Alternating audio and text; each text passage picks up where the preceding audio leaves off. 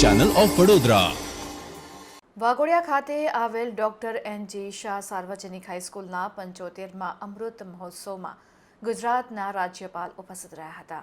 હાઈસ્કૂલના અમૃત મહોત્સવમાં ઉપસ્થિત રહેલા રાજ્યપાલ શ્રી આચાર્ય દેવવ્રતનું ડોક્ટર એમ.જી. શાહ સાર્વજનિક હાઈસ્કૂલના ટ્રસ્ટીઓ દ્વારા પુષ્પગુચ્છ આપીને સ્વાગત કરવામાં આવ્યું હતું. તેમજ શાળાની વિદ્યાર્થીનીઓએ સ્વાગત ગીત રજૂ કરી સ્વાગત કર્યું હતું. રાજ્યપાલે શ્રીના હસ્તે દીપ પ્રાગટ્ય કાર્યક્રમની શરૂઆત કરવામાં આવી હતી. ગુજરાત રાજ્યના રાજ્યપાલ આચાર્ય દેવવ્રતજીએ સ્ટેજ પરથી અભ્યાસ કરતા એવા વિદ્યાર્થીઓને ખાસ આહવાન કર્યું હતું કે વિદ્યાર્થીઓએ તેઓના ભણતર ઉપર ખાસ ધ્યાન રાખવું જોઈએ. તેમજ પ્રાકૃતિક ખેતી કરતા ખેડૂતને પણ પ્રાકૃતિક ખેતી કરવા માટે અનુરોધ કર્યો હતો. કેમિકલ ખેતીમાંથી છુટકારો મેળવી કેમિકલ ખેતીથી પર્યાવરણને નુકસાન થાય છે. કેમિકલ ખેતીમાંથી છુટકારો મેળવી કેમિકલ ખેતીથી પર્યાવરણને નુકસાન થાય છે.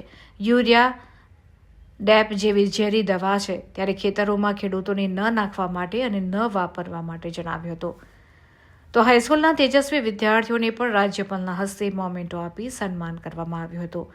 સાથે સાથે પ્રાકૃતિક ખેતી કરનાર ખેડૂતોને પણ રાજ્યપાલે સન્માનિત કર્યા હતા.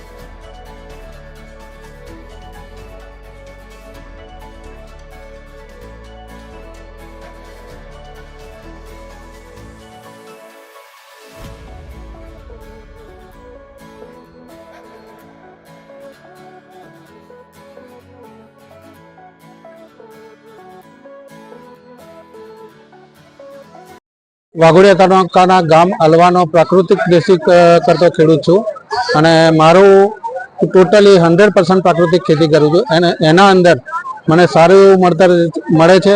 સાથે સાથે આજના દિવસે મને જે એવોર્ડ મળ્યો છે એ બદલ હું ઘણો ખુશ છું અને ખેડૂતોને પ્રોત્સાહિત કરવા માંગુ છું કે દરેક ખેડૂત ઝેરમુક્ત ખેતી કરે અને લોકોને ઝેરમુક્ત ઉત્પાદન એનું આપે. બીજા નંબરમાં જ્યાં સુધી ખેડૂત માર્કેટમાં નહીં આવે ત્યાં સુધી ખેડૂતની કોઈ કિંમત છે નહીં. એટલે મારે ખેડૂતોને આહવાન છે કે પોતે પ્રાકૃતિક ખેતી કરી અને માર્કેટમાં આવે, જેથી કરીને ખેડૂતની કિંમત ખબર પડે.